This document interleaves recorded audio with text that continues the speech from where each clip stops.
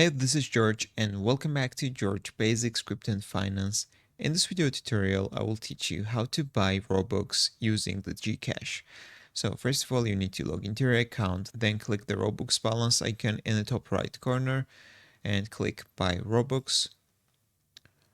After that, you need to choose the amount of Robux you want to buy. For example, I will choose the smallest amount. And now you need to select the payment method. From here, you can see GCash. That means you need to click Other. And in my case, I can see GCash because I don't live in Philippines. So in your case, if you live in Philippines, you can use the GCash. So I'll change the country. For example, I will set Philippines.